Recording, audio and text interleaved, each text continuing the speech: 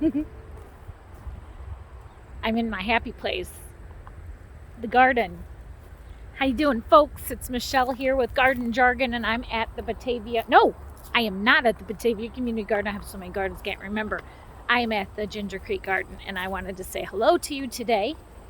And I'm just out here gonna turn on the sprinkling systems because we have drought-like conditions. We are not getting a lot of rain here at the Ginger Creek Garden and the Batavia Community Garden. And I want to say thank you for tuning in here to the Garden Jargon channel on YouTube that I've created. And I created this channel to share with people stuff about gardening, how to grow stuff, how to build stuff. And I'm glad you tuned in. That means that you're interested in maybe something we're doing here. Growing all this lovely food. We have so much good stuff happening over here. Oh, I gotta check these sunflowers. Look at these guys. See them by the tanks here? I planted these a while ago. Actually, these are transplants. Ooh, that's good. Look at that. Look at all those seeds. Have you ever seen a sunflower up close? Let me show this to you. I'm gonna get so sidetracked here today.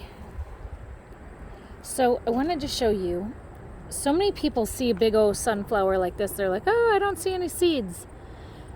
But if you look really close, right here, these are the seeds.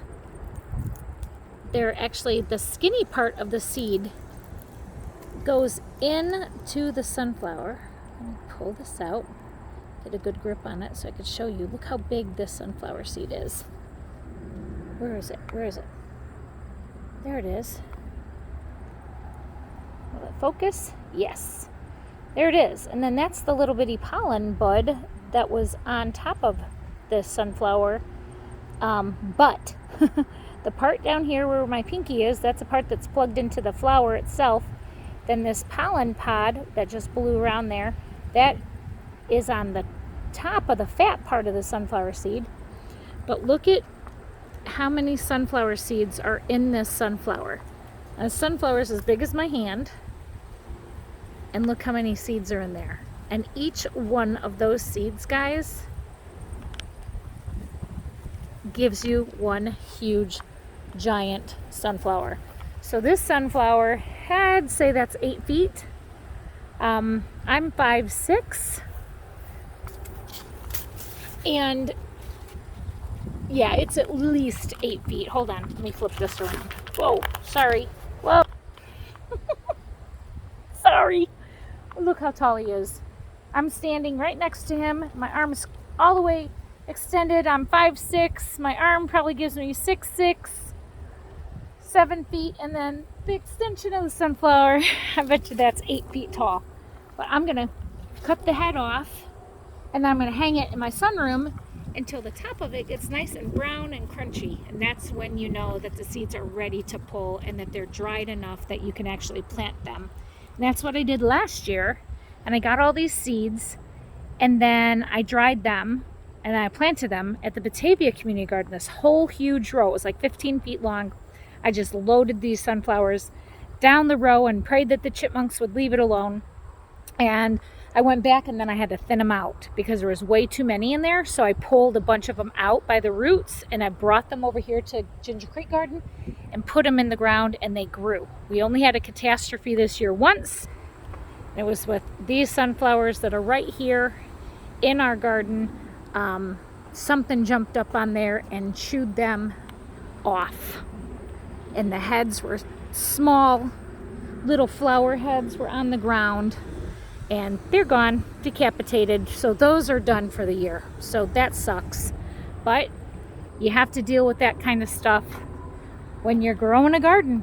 We have critters, and we have bugs and pests, and we have lack of rain. And one thing you'll know about growing an abundant garden is there is never going to be perfection. So if you are ever trying to grow a garden to its full potential and have such beauty and perfection, just know that if you fall short of that, it's okay. Because there's not too many oftentimes that you're ever going to have a perfect garden. And Maybe that squirrel needed that sunflower. Apparently I didn't need it. So I have the other ones. So I'll make sure I harvest those before something eats the rest of them. But I'm out here today. It's September 14th, Tuesday. I just wanted to throw the irrigation system on here for our team to get some of this stuff wet, because we have very drought-like conditions, and that's terrible. I don't like that we have had really terrible lack of rain. So I turn on these irrigations to 2 hours and then just go check them on the main and make sure that those are turned on. This is our new garden plot for next season. I just put this silage tarp down, which all this is black 6mm plastic, and we use staples around the whole thing. And then Dan had the guys put some wood chips on the corners just to hold it down, because what that's doing is, with the heat from the sun that we're still getting right now in September, it's frying the grass underneath there, and it's frying off the weeds that are in there to get rid of them so that we don't have any grass or weeds under there. Once we pull that up at the end of October, we will build beds like these, just with some lumber we got donated to us, like the lumber that's there. We'll build these beds and we'll fill them with some amazing soil so that we can plant some more goodies in there, over there. So this garden will then be close to if not longer. So we have 3 phases of garden. We got 1, 2, and 3. God is good and keep giving us more land. Ginger Creek's on 15 acres, and I only figured it to be about maybe like 15 more years I'll take all the acreage. It's a total joke, but I would do it in a heartbeat, because I know that what I do is the Lord's work through my hands, and through my sweat, and through my tears, happy tears, sad tears, all the tears. It's all for God, and feeding people is what I want to do. So with all the help of the people that help us out here at the garden, we are able to accomplish that. So, yeah, I didn't do a weekly garden tour with you guys this week, so I just wanted to kind of pop on here and say hello and take a peek at our garden, because I miss it. I haven't been out here for a while. So now the irrigation is actually on. We'll probably extend our irrigation next year too. Oh, I see some blossom end rot, which is not a good thing. So let me show you what that looks like. This, if you see this on your tomatoes, how it's rotten on the bottom. This one is rotten. This one is rotten. I wonder what variety this is. This is a Brandywine. So this is a Brandywine tomato. The stabber, I call that a stabber, is down here. I don't know why this, gross. I don't know why this tomato is doing that. Might be the variety, I am not certain, but no other tomatoes are looking like that. See? So it could be the variety. So it's something that I take note of for next year, is to make sure that we do not grow this variety again, so we don't have blossom end rot like this. Now, one thing that you can do to fix blossom end rot is you basically just put some Tums on the soil at the base of the plant. So you just crumble up some Tums and sprinkle it at the soil base, so that when it gets watered, calcium goes into the water or into the ground, and it comes sucked up in the plant, and that calcium helps the water and the nutrients get to these tomatoes so that they don't get the blossom end rot. So that is why I always carry Tums in my car. It's kind of silly, but I use it in the garden. I think that's it for today. September 14th. It's probably 85 degrees out here. It's quite warm. We're supposed to have storms later. Who knows if that's going to happen. But I have a white garden hose down here.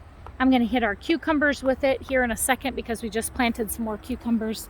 They're all under these laundry baskets here along the cucumber wall. We had a bunny come through here and eat all our seedling cucumbers. I'm trying to get some harvest out of cucumbers. These are all pickling cucumbers, so they only take about 50 days. We planted them about 2 weeks ago, and our first sign of frost should be here in the middle to late end of October. So hopefully we can get a couple cucumbers out of here before the end of the season.